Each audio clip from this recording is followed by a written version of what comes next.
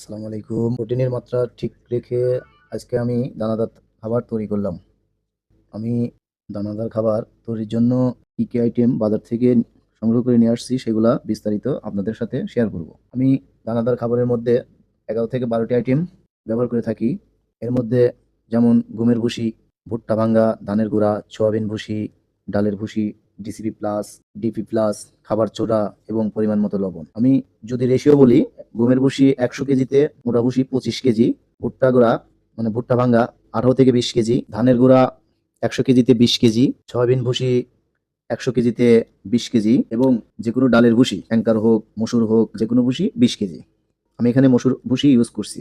আর আমি DCP plus, যেটা হচ্ছে ডাই ক্যালসিয়াম ফসফেট এর কাজ করে থাকে, এটা 100 কেজির জন্য 2 কেজি ইউজ করেছি। এবং আমি এখানে ইউজ করেছি ডিপি প্লাস 100 কেজিতে 1 কেজি। এবং আমি এখানে ইউজ করেছি খাবার সোডা 100 কেজিতে 1 কেজি। খাবার সোডা আপনার খাবার হজম শক্তি বৃদ্ধি করে এবং গরুর খাবার ডায়ালিসিস করতে সহায়তা করে। এবং এখানে আমি দিয়েছি পরিমাণ মতো লবণ, 1 থেকে 2 কেজি দিলেই চলবে। আমি 2 কেজি ইউজ করছি। আমি বাজার থেকে কোনো ফিড ক্রয় করি না, আমি গরুকে আলাদা কোনো ফিড খাওয়াই না। আশা করি এগুলা উপাদান দিয়ে যদি খাবার তৈরি করা হয়, গরু অবশ্যই মোটা তাজাদতকরণ খুব ভালোভাবে সুস্বাস্থ্য এবং রোগ প্রতিরোধ ক্ষমতা ভালো থাকবে ইনশাল্লাহ।